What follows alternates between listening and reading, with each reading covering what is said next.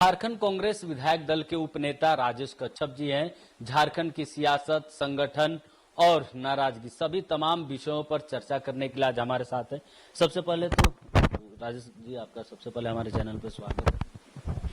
राजेश जी, कई चीजें चल रही इस वक्त झारखंड की सियासत में, कांग्रेस पार्टी में, जिस दल से आप उपनेता हैं, जिस दल के सरकार में, संगठन में, और आप आपके क्षेत्र को लेकर कई सारी चीजें, हम सभी विषयों पर बातचीत करेंगे आपसे। सबसे पहले हमारा सवाल है, क्योंकि अभी हाल में ही कांग्रेस, झारखंड कांग्रेस के विधायक, सांसद और मंत्रियों की बैठक हुई दिल्ली में। कांग्रेस के आला कमान मौजूद रहे, तीन बड़े नेता, राहुल गांधी राष्ट्रीय अध्यक्ष और संगठन प्रभारी, तीनों की मौजूदगी में झारखंड विधायक, सांसद और मंत्रियों की बैठक। क्या कुछ बातें हुई पार्टी के तरफ से, आला कमान की तरफ से, क्या कुछ दिशा निर्देश मिला? देखिए, एक चीज है कि कांग्रेस पार्टी हर हाल में इस देश की संप्रभुता, इस देश में जो स्वतंत्रता है, इस देश के एक एक लोगों का हितों की रक्षा का संकल्प कांग्रेस पार्टी के संविधान में है। कांग्रेस पार्टी जात से, धर्म से, क्षेत्र से ऊपर उठ करके बात करती है। हाल के दिनों में जिस प्रकार से राहुल गांधी जी ने विपक्ष के सामने सीना तान के जिस प्रकार से खड़े हुए और सरकार को झुकाने का काम किया, आप कई एक मुद्दे हैं, आप देख लें कि राहुल गांधी के प्रभाव से, राहुल गांधी के आक्रमण से, राहुल गांधी के सवालों से मेन लाइन स्ट्रीम मीडिया एक गोदी मीडिया की तरह काम करता रहा के बावजूद राहुल गांधी जी सोशल मीडिया के माध्यम से, वर्कर के माध्यम से और समर्थक के माध्यम से अपनी आवाजों को बुलंद करते रहे और अंतोगत्वा भाजपा के द्वारा ये कहना कि जो जाति की बात करेगा उसके पीछे लात पड़ेगा, भाजपा को झुकना पड़ा, मोदी जी को झुकना पड़ा और देश में एक जातीय गणना शुरू हुआ और राहुल गांधी का योगदान है। दूसरा चीज है कि राहुल गांधी जी ने आतंकवाद के खिलाफ में ये सवाल किया कि भाई पहलगांव में जो घटना घटती है, आखिर वहां के उग्रवादी कहां जाते हैं, बंदूक हथियार बंद लोग कैसे अंदर घुस जा रहे हैं, जहां पे आपका पूरा बॉर्डर इलाका है, कहां गए? आज जब केंद्र हाशिए पे खड़े नजर होती है तो उन्होंने राहुल गांधी का बात को मानना शुरू किया। जिस प्रकार से विदेश नीति में केंद्र की सरकार हाशिए पे है, अमेरिका जिस प्रकार से भारत के जो वस्तु हैं उस पे टेरिफ दर टेरिफ बढ़ाते जा रहा है और केंद्र सरकार नतमस्तक है, राहुल गांधी ने उस पे भी मुखरता के साथ में विरोध किया। जिस प्रकार से रसिया में जिस प्रकार से जो गेम हो रहे ओलंपिक गेम, सरकार के लोगों को बुलाना चाहिए, लेकिन वहां पे विपक्ष के नेता को बुलाया जा रहा है। क्योंकि राहुल गांधी एक अंतर्राष्ट्रीय लेवल पे भारत का नाम को रखने वाले व्यक्ति हैं और पूरे देश को एक साथ लेकर के चलने वाले। तो कांग्रेस पार्टी की आइडियोलॉजी का, विचारधारा का व्यक्ति हूं, तो निश्चित तौर से भाजपा के खिलाफ में लड़ता रहूंगा, उसके अगेंस्ट में लड़ता रहूंगा। बैठक में क्या कुछ पार्टी की तरफ से, आला कमान की तरफ से झारखंड को लेकर, झारखंड के विधायक, मंत्रियों और सांसदों को दिशा निर्देश मिला? राहुल गांधी की जो आइडियोलॉजी, राहुल गांधी कांग्रेस पार्टी की जो आइडियोलॉजी है, जिसपे राहुल गांधी लीड रोल में है, आज उसको अमली जामा पहनाना है। तमाम विधायकों को और तमाम मंत्रियों को, तमाम सांसदों को दो टूक कहा गया, कार्यकर्ता के साथ तालमेल बना करके सरकार की जितनी भी महत्वाकांक्षी योजना है, कॉमन मिनिमम प्रोग्राम में जो वादे हमने किए हैं, उन वादों को धरातल पर कार्यकर्ता के माध्यम से पहुंचाने का आदेश दिया है। और सबसे बड़ी बात है कि जो नाराजगी परिवार में है, विधायकों में, मंत्रियों में, सांसदों में है, उसका ख्याल रखने के लिए जो सरकार में डायरेक्ट जो लोग सरकार को चलाने में, हम तो समर्थन करें, हम तो विधायक हैं, लेकिन जो चला रहे हैं विधायकों के साथ में तालमेल और कार्यकर्ता के साथ में तालमेल, तमाम विधायक और मंत्रियों और सांसदों को कहा गया कि भाई आप कार्यकर्ता की सुने और कार्यकर्ता की बात, जनता की बात सरकार तक पहुंचाए और सरकार उसको अमली जामा पहनाए, ये स्पष्ट आदेश है। आपने नाराजगी का जिक्र किया विधायक जी, तो दिल्ली में बैठक से पूर्व रांची में भी बैठक हुई प्रभारी के साथ दिल्ली जाने से पहले, उसमें भी ये बात सामने आई कि विधायक नाराज है मंत्रियों की कार्यशैली से, मंत्रियों की जवाबदेही तय नहीं हो रही है। विधायक जब क्षेत्र की समस्या को लेकर जाते हैं तो मंत्रियों का जो फीडबैक मिलना चाहिए, मंत्रियों का जो सहयोग मिलना चाहिए वो नहीं मिल पा रहा। क्या इसको लेकर भी दिल्ली के में चर्चा हुई, संगठन में चर्चा हुई, झारखंड संगठन में चर्चा हुई? देखिए, सावन का महीना है, सावन के महीना में हिंदू धर्म में बाबा नगरी पे जल चढ़ाया जाता है और बाबा का जो प्रकोप है, जो तीसरी नेत्र जो है, उसके प्रकोप से हर कोई डरते हैं। आला कमान का भी तीसरा नेत्र है, वो किनको कब कहां बैठाएंगे, किनको कहां से कहां ले जाएंगे, किनको कहां से कहां हटाएंगे, किनको कहां सेट करेंगे, आला कमान का नजर रहता है। तो उसमें हमको कोई हाथ पांव नहीं मारना है, जो देखना रहेगा आला कमान हम तमाम विधायकों को देख रहा है, सांसदों को देख रहा है कि हम संगठन में अपना योगदान क्या दे रहे हैं, सरकार में हम किस प्रकार से सहयोग कर रहे हैं, सरकार के नीतिगत फैसलों को हम कैसे, जो महत्वाकांक्षी योजनाओं को हम जमीनी धरातल पर पहुंचा रहे हैं, ये तमाम चीज आला कमान खुद ब खुद देख रहा है, हमारी एक्टिविटी को देख रहा है। इसीलिए उसमें जो है कि अलग से कोई पैरवी या अलग से कोई बात करने की जरूरत नहीं है। आला कमान जिसको जो जिम्मेवारी देगा सहर्ष उसको स्वीकार करेगा। और सबसे बड़ी बात है, लोग गलतफहमी में ना रहें कि आप पार्टी से बढ़कर हैं। कोई भी आदमी पार्टी से बढ़कर नहीं है। पार्टी है तभी आपका व्यक्तिगत कुछ हो सकता है, 50-50 भी हो सकता है, लेकिन वो 50-50 पार्टी में रह करके। अगर आप पार्टी छोड़ेंगे, पार्टी से अलग रास्ता अख्तियार करेंगे तो आप जीरो हैं। ऐसी क्या मांग विधायक करते, क्योंकि ये पहली दफा नहीं, इससे पहले भी जब इंडिया गठबंधन की सरकार बनी हेमंत के नेतृत्व में 14 से 19, तो पूरे 5 साल तक ये बातें चली कि विधायक की बातों को नहीं सुना जा रहा है, कार्यकर्ताओं को तवज्जो नहीं मिली। ये बात पूरे 5 साल तक संगठन में चला। क्या ऐसी मांग रहती है कि मंत्री उसको पूरा नहीं कर पाते? क्योंकि दूसरी बार जब सरकार बनी तब भी ये सारी चीजें आ रही, प्रभारी बदलते हैं, प्रदेश का नेतृत्व बदलता है, लेकिन विषय भी वही है। क्या वजह? देखिए, विधायकी जो होता है अपने आप में संपूर्णता का एक चीज है। विधायकी का कोई एक सब्जेक्ट नहीं है, एक लेसन नहीं है। जैसे हम यूनिवर्सिटी में पढ़ते हैं कि भाई हमको पॉलिटिकल साइंस पढ़ रहे हैं तो हमको उसमें ऑनर्स हम करते हैं, उसमें पीएचडी करते हैं। कोई सब्जेक्ट में हम पीएचडी करते हैं तो उसका स्पेशलिस्ट हम होते हैं। लेकिन राजनीति ऐसा चीज है, इसमें आपको हर कुछ में आपको स्पेशलिस्ट बनना पड़ता है।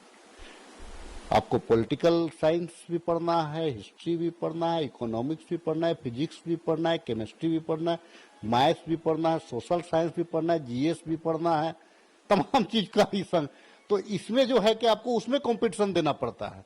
इसीलिए मैं इस बात को कह रहा हूं कि यहाँ पे क्षेत्र की जनता का जो डिमांड्स है, क्षेत्र का जो मांग है, वो विभिन्न प्रकार का होता है। जैसे बहुत सारे लोगों को होता है कि भाई हेल्थ में उसको आप मदद कर दीजिए, अगर वो कहीं एडमिट हुआ है रिम्स में या कहीं भी एडमिट हुआ है तो आप उसको उस दिशा में भी आपको उसको मदद करना है। किसी का अगर रोड खराब है तो किसी का रोड खराब है तो आपको वहां पे रोड बनवाना है, कहीं पे पुल नहीं है तो आपको वहां पुल पहुंचाना है, कहीं पे खेती योग्य जमीन है लेकिन पानी नहीं है तो वहां पे आपको पानी पहुंचाना है, कहीं कहीं पे ऐसे है कि जहां पे पुलिस तंग कर रहा है लोगों को तो आपको लॉ एंड ऑर्डर को मेंटेन करते हुए पुलिस को भी आपको कंट्रोल में करना पड़ता है। जहां पे अगर इंजीनियर अगर रास्ता अपने पास कराया है, इंजीनियर अगर ठीक से रास्ता को देख रेख नहीं कर रहा है, कॉन्ट्रैक्टर जो है कि आपको अगर ठीक से उसको नहीं बना रहा है तो वहां आपको मॉनिटरिंग करना पड़ता है। आपस में अगर कई एक समुदाय के लोग रहते हैं, हिंदू मुसलमान सिख ईसाई, हिंदू में और कई एक समुदाय हैं, क्रिश्चियन में और कई एक समुदाय हैं, मतलब तमाम चीज, मुंडा, जैसे आदिवासी में मुंडा है, उरांव है, बेदिया है, सबकी अपनी अपनी एक सोच है। तो कहने का मतलब है कि जो हमारा साहू समाज सोच रहा है जरूरी नहीं है कि वो हमारा गोप समाज सोचेगा, जो गोप समाज सोच रहा है वो जरूरी नहीं है कि हमारा सिंह समाज सोचेगा, जो सिंह समाज सोच रहा है वो जरूरी नहीं है कि हमारा ब्राह्मण समाज सोचेगा। तो ये जो है कि इन तमाम बिंदुओं को जो सरकार में ही निहित है, तो उनके द्वारा जो मामले आते हैं हमारे पास, उनके द्वारा जो मुद्दे आते हैं, उन मुद्दों का समाधान हम चाहते हैं। और उन मुद्दों का जब समाधान नहीं होता है तो क्षेत्र की जनता के द्वारा हमको टॉर्चर किया जाता है। तो हम किसको टॉर्चर करेंगे? जहां से हमको उम्मीद है, जिसको हमको मांगना है वो नहीं दे रहा है तो हमारा लड़ाई होगा। मामला ये होता है। विधायकी मतलब ये नहीं कि हम कुर्सी में कोई लेसन पढ़ रहे हैं और उसमें साइन कर रहे हैं, वो नहीं होता है। विधायकी का मतलब है हर कुछ होता है, जीवन से लेकर के जन्म से, जीवन बच्चा का जन्म से लेकर के एक वृद्ध व्यक्ति का मृत्यु तक का जितना भी जो रोजमर्रा का जीवन है उसमें हर कुछ में इन्वॉल्व रहता है विधायक। और उसी का सार होता है, उसी का ये होता है कि उसी को बैलेंस करना पड़ता है, उसी को संतुष्ट करना पड़ता है। तो हम संतुष्ट होने के लिए जहां पे हमारा पुलिस अगर ठीक काम नहीं कर रही है तो हम बोलेंगे कि भाई हमारे अनुसार पुलिस थानेदार लाओ ताकि हम हमारी बात को सुने। इंजीनियर अगर हमारा काम नहीं करे तो हम चाहेंगे कि हमारे अनुसार इंजीनियर लाओ ताकि वो हमारे अनुसार काम कर सके। अगर कॉन्ट्रैक्टर है कि वो ब्लैक लिस्टेड है फिर भी अगर आप उसको दे रहे हैं, वो काम ठीक नहीं करता, तो हम चाहेंगे कि बढ़िया ठेकेदार को लाओ जो हमारा बढ़िया रोड, क्योंकि 7 साल तक तो फिर हम दोबारा रोड नहीं बना पाएंगे। लेकिन अगर 3 साल में रास्ता खराब हो गया, जनता को इससे 7 साल से मतलब नहीं है, वो तो बोलेगा कि आप फिर से हमको बना दीजिए। वो टेक्निकल चीज को नहीं समझेगा, टेक्निकल चीज को विधायक समझते हैं। मंत्री जो है वो गड़बड़ियां करते हैं जिसके कारण विवाद संगठन में बढ़ता है। मंत्रियां गड़बड़ी नहीं करते, मंत्री को कंट्रोल करना है अधिकारियों को। गड़बड़ियां अधिकारी करते हैं। अगर जो मंत्री अगर अधिकारियों पे कंट्रोल नहीं कर पाया फिर वो मंत्रालय नहीं चला पाएगा। तो आपको चाहिए कि हाँ, उसमें यह है कि आपको बहुत टाइट करिएगा तो अधिकारी डरेंगे तो आपका फाइल नहीं बढ़ेगा। बैलेंस कैसे करना है, प्रोत्साहित भी करना है, कंट्रोल भी करना है। तो ये जो राजनीतिक जीवन जो है, अच्छे IAS अगर इसमें सिर्फ पैसा नहीं होता है या इसमें सिर्फ घूमना नहीं होता है, दोनों चीज चाहिए। आप अगर यहाँ पे देखेंगे टाटा, बिरला, अंबानी, अडानी, बड़े बड़े पैसे वाले लोग हैं, चुनाव थोड़ी जीत पाएंगे। अच्छे ब्यूरोक्रेट्स ने यहाँ पे झारखंड में अपना आजमाइश किया, टै फिर सौंधे मुंह गिर गए। तो भैया ये समाज है, समाज से राजनीति होता है। जो राजनीतिज्ञ समाज को पकड़ लिया, उनकी भावना के साथ चलने का प्रयास किया, उनको सपोर्ट किया और उनको संतुष्ट किया, वो चुनाव जीत करके आता है। तो चुनाव हम कोई जीत ऐसे केवल ऐसे जीत करके तो नहीं नाते हैं। और मैं तो राजधानी का विधायक हूं, मैं बता दे रहा हूं आपको रंजन जी, इस देश का ऐसा कोई डिस्ट्रिक्ट नहीं होगा इस पूरे देश का जो मेरे विधानसभा क्षेत्र में वहां के नागरिक ना रहते हो।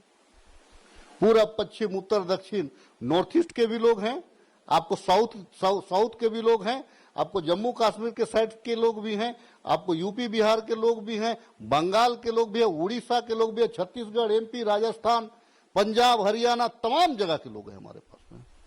कोई बांग्ला बोलता है तो कोई पंजाबी बोलता है, तो कोई तेलुगु बोलता है, कोई मलयालम बोलता है, कोई भोजपुरी बोलता है, कोई हिंदी बोलता है। और उसी बीच में जो है कि हमारा जो है नागपुरी बोलने वाले लोग हैं, हमारा मुंडारी बोलने वाले लोग हैं, कुड़ुक बोलने वाले लोग हैं, यहाँ का ये है। तो ये तमाम चीज हमारा बैलेंस है। तो ये तमाम चीजों को राजनीति व्यक्ति लेकर के चलता है, सभी चीजों को बैलेंस कर रहे हैं। राजेश जी, आपने कॉमन मिनिमम प्रोग्राम की बात की। कांग्रेस इन दिनों सरना कोड और पेशा कानून, 2 विषय जो है झारखंड के ज्वलंत मुद्दे, इन मुद्दों को बहुत बखूबी उठाया है और इसको लेकर चल रही है। जेएमएम भी इन मुद्दों सरना कोड को लेकर चल रही है। उसका कहना है कि वो पहले से उठा रही सरना कोड, ये झारखंड मुक्ति मोर्चा, क्योंकि आप विधायक दल के उप नेता हैं, इसलिए आपसे सवाल है, आप पार्टी के रिप्रेजेंटेटिव हैं, क्या लगता है कि इन मुद्दों को लेकर जो सरना कोड और पेशा कानून जो है, इस मुद्दे पर पार्टी सच में काम करेगी या फिर सिर्फ एक माहौल क्रिएट किया जा रहा है झारखंड की सियासत?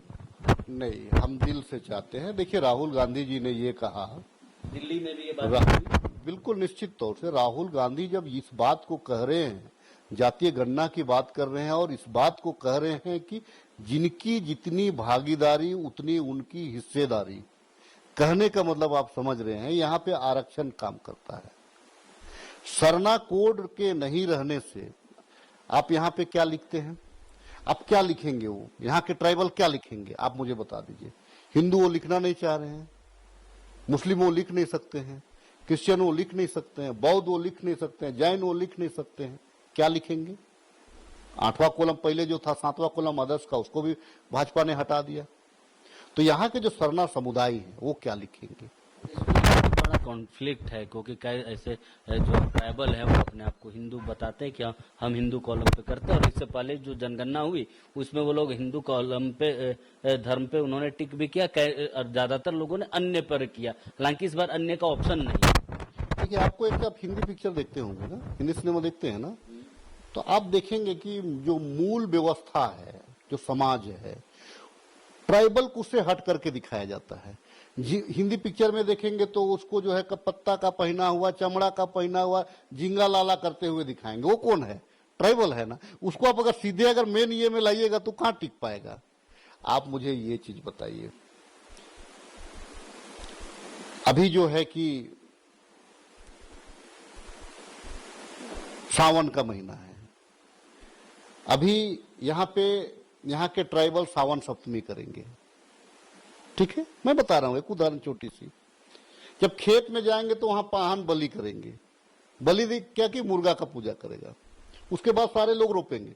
यहाँ के जितने चाहे हिंदू हो चाहे मुसलमान हो, उनके पहला बीड़ा के बाद ही रोपना शुरू करेंगे। देखिए, संस्कृति है, ये परंपरा है। तो जब तक पाहन नहीं करेगा तब तक। तो आप बोलेंगे कि फिर वो अभी सावन में भाई आप मांस क्यों खा रहे, बलि क्यों कर रहे हैं? सवाल उठा। हमारा जब छठ का महीना होता है तो उस टाइम में नवरात्रा चलता है। नवरात्रा में हिंदू धर्म की बात चूंकि आपने किया, तो उसमें क्या है कि भाई आपको नहीं खाना है मांस मच्छी, मदिरा नहीं पीना है। अब उसी दरमियान में हमारा सोहराई होता है। सोहराई मतलब समझ, हम बैल को, भैंस को, गाय को हम पूजते हैं, मतलब कि जो जिनको हम इस्तेमाल करते उसको श्रृंगार करते पूजते। और सोहराई में हम फिर वहां से फिर हम जो है कि बलि देते हैं। तो आप बताइए कि फिर नवरात्रा हम फिर कैसे करेंगे? आप जो है, जो ग्रीष्मकालीन जो नवरात्रा है, हाँ, उसमें अगर आप आएंगे तो उसमें क्या है कि आप जो है ये हमको नहीं कर, लेकिन उसी दरमियान हमारा सरहुल रहता है। हम होली में भी बलि देते हैं, सरहुल में भी बलि। तो क्या हम हमारा ट्रेडिशनल व्यवस्था को उसके लिए हमको छोड़ना पड़ेगा ना? तो आप बताइए, आप ही बताइए कि यहाँ के ट्राइबल जाएंगे कहाँ जाएंगे? मतलब आप उसको थोप नहीं सकते हैं। तो ये है, जब तक आप अपना कोड नहीं देंगे तो ये लिखेंगे क्या? आदर्श था तो कम से कम आदर्श था। दूसरा आपका एक बड़ा सवाल था कि बहुत सारे लोग हिंदू लिख रहे। आपको याद होगा कि 50 लाख से ज्यादा झारखंड में सरना लिखा, 50 लाख। और अगर आप देखेंगे जैनियों की संख्या देखेंगे तो कितना है? 15 लाख है। 14 से 15 लाख में आपने उसको कोड दे दिया, तो 50 लाख में फिर आप क्यों नहीं देखेंगे? ये तो ऐसे फुलफिल कर रहा है, एक ही स्टेट फुलफिल कर रहा है। आप इसको दीजिए, आप इसको दीजिए। पेशा कानून को लेकर पार्टी, हम अडिग हैं। पेशा कानून यहाँ का मूल भावना है। और झारखंड का सिर्फ ये आदिवासी नहीं, क्योंकि झारखंड के जो लोग हैं, चाहे आदिवासी हो या सदान हो, मैंने कहा सदान, झारखंड के आदिवासी हो या सदान हो, तमाम लोग बात करते हैं जल, जंगल और जमीन की। यहाँ के लोगों को भी, अब यहाँ के सदानों को भी आप कल पैसा दे दीजिएगा तो आधा सदान तो आपको खा पी करके खत्म करेगा, जैसे आदिवासी खत्म कर रहे हैं। वो व्यापार नहीं कर पाएगा, वो तभी टिक पाएगा अपने जगह जमीन पे। ऐसे मुद्दे होते हैं जिन मुद्दों पर आपकी राय सरकार और संगठन से अलग हो जाती। क्या लगता है इन मुद्दों पर के कारण आपको राजनीतिक नुकसान भी कभी होता है, या फिर कैसे इसको आप कैसे देखते, इसको आप कैसे टैकल करते? देखिए, सबसे पहले चीज है कि मेरे क्षेत्र को नुकसान नहीं होना चाहिए, मेरे जनता को नुकसान नहीं होना चाहिए। मेरा तो क्या है, मैं तो व्यक्तिगत हूं, विधायक रहूंगा, विधायक नहीं रहूंगा, लेकिन क्षेत्र को नुकसान नहीं होना। जिनकी सेवा के लिए मैं आया हूं, जिनका विश्वास जीत करके आया हूं कि नहीं, मैं किसी भी परिस्थिति में आपके साथ अन्याय नहीं होने दूंगा, उनका नुकसान नहीं होना चाहिए। बाकी मेरा व्यक्तिगत जहां जवाब देना होगा मैं दूंगा। क्षेत्र हमारा सुरक्षित रहना चाहिए। राजेश जी, आप विधायक दल के उपनेता हैं। आपका भी काम विधायक दल के नेता को फुलफिल करने का है कि जो काम उनका, आपका भी वही काम। आपका भी दायित्व बनता है कि विधायकों की नाराजगी, विधायकों को एकजुट करना, लेकिन आप ही नाराज हो जाते हैं मंत्रियों की कार्यशैली से, उनके कार्यशैली पर सवाल उठाते हैं। तो पार्टी संगठन इन पर एक बड़ा सवाल तो उठता है, क्वेश्चन मार्क उठता है। देखिए, बैठकों में अभी तक जब तक सीएलपी एक्टिव है तो डिप्टी सीएलपी उसके बाद होता है। अगर सरकार की पॉलिसीज में अगर जाना होता है तो पीसीसी और सीएलपी जाते हैं। तो वहां क्या बात हो रहा है, विधायकों को भी विश्वास में लेना पड़ेगा, पीसीसी को भी लेना पड़ेगा और आपको सीएलपी को भी लेना पड़ेगा कि भाई इस मुद्दे पे हम बात कर रहे हैं, तभी विधायक संतुष्ट। क्योंकि विधायक क्षेत्र की जनता चुन करके भेजता है, बहुत भरोसा होता है। तो विधायकों का जो सपना होता है, विधायकों का जो आप पे जो भरोसा किया है वो नहीं टूटना चाहिए। और विधायकों के समर्थन से ही सरकार चलती है। तो जिसको आप समर्थन दे रहे हैं, आप उम्मीद करिएगा कि भाई वो आपके हित को ध्यान में रहे। तो कभी कभी क्षेत्र विधायकी का जो जरूरतें हैं उसको लेकर के निश्चित तौर से मैं कह सकता हूं कि वो लड़ाइयां हुई हैं। और हमारे क्षेत्र की अगर जनता की भावना का अगर हमारा रोड, नाली, सड़क, पुल, पुलिया ठीक से नहीं बनेगा, हमारा मान लीजिए किसान मजबूत नहीं होंगे, मजदूर असुरक्षित रहेंगे, तो मैं तो भाई संघर्ष करूंगा ना। उन्होंने भेजा है मुझे, अपने हित के लिए भेजा है मुझे, यहां अपने हित के लिए उन्होंने मुझे चुना है।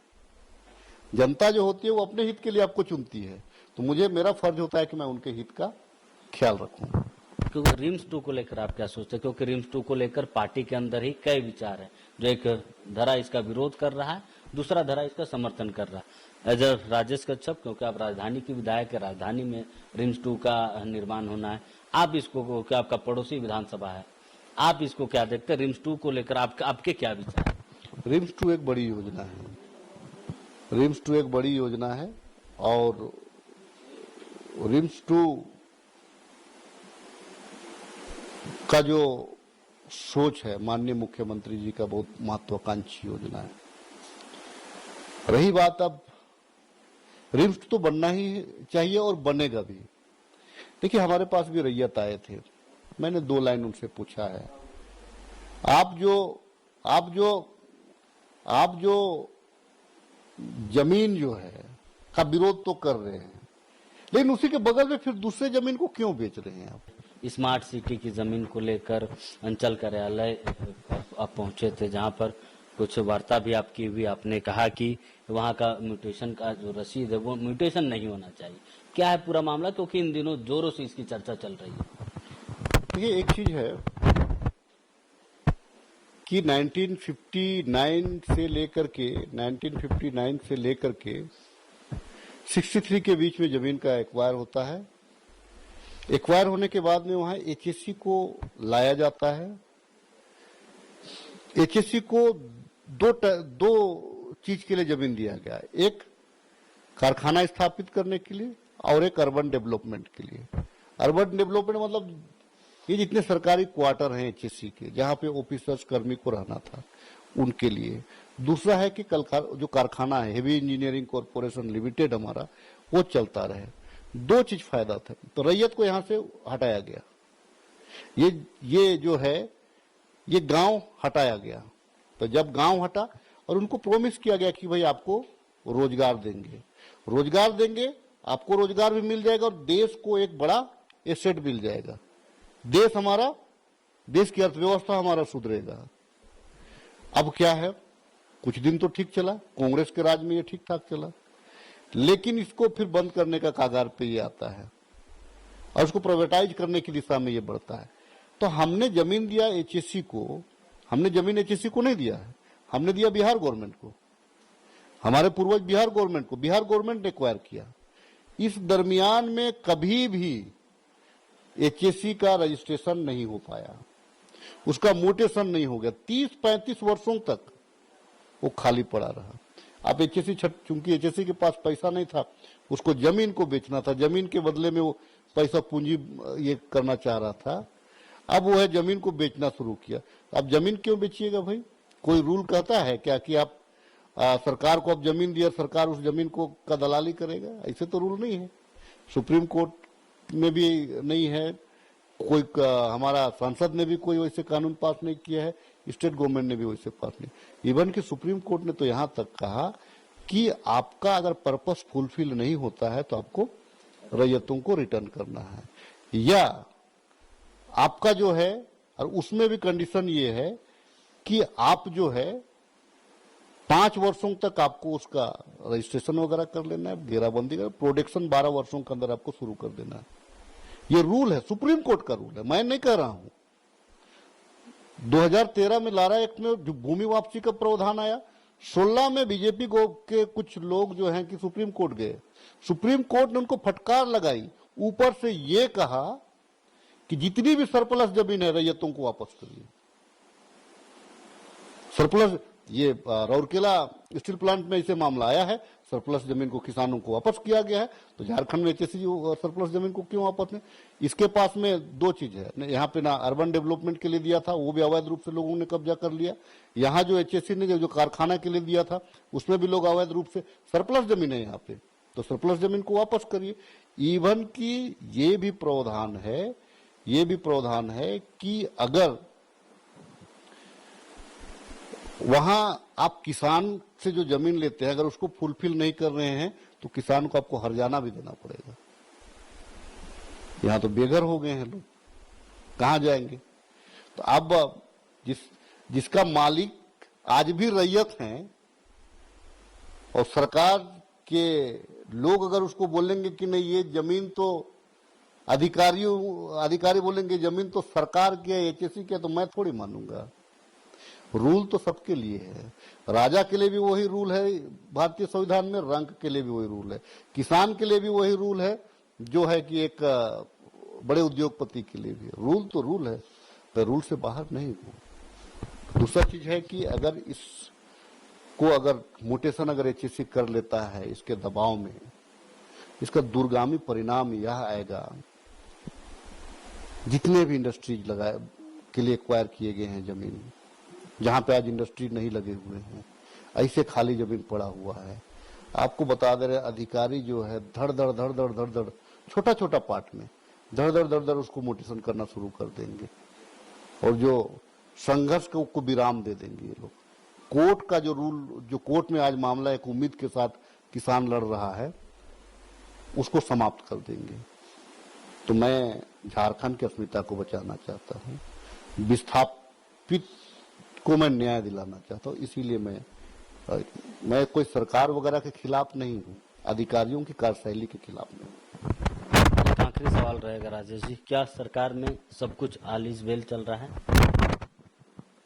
इसको बोलेंगे ऑल इज वेल, बहुत बढ़िया है सरकार में। कोई तरीके की चर्चाएं चल रही हैं कि आगे जाके समीकरण, झारखंड के राजनीतिक समीकरण बदलेंगे, सरकार की भी समीकरण बदलेगी, कांग्रेस सरकार से हट सकती है, बीजेपी जाएगी, क्योंकि कई तरीके के पॉलिटिकल चर्चाएं चल रही, इसलिए ये सवाल है। भाजपा का काम है दिग्भ्रमित करना। आप लोग तो भाई भाजपा वालों से भी सवाल पूछते हैं, तो लोग तो बताएंगे अपने पक्ष में। अरे मैं कह रहा हूं मजबूती के साथ हेमंत जी पे विश्वास है, पूरे कांग्रेस के विधायकों को भी, जेएमएम के विधायकों को भी, आरजेडी के विधायकों को भी, जितने समर्थक विधायक है सबको विश्वास है, आला कमान को विश्वास है तालमेल पे।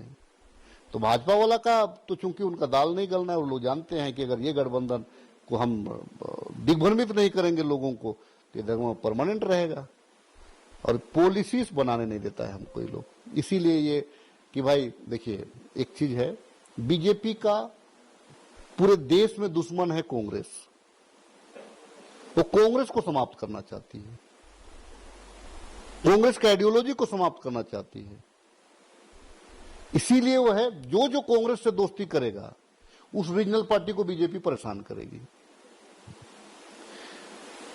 कांग्रेस मजबूती के साथ हेमंत जी को अपने हाथ से पकड़ी हुई है, और सपोर्ट करने के लिए पकड़ी हुई है। कांग्रेस पार्टी सपोर्ट करेगी।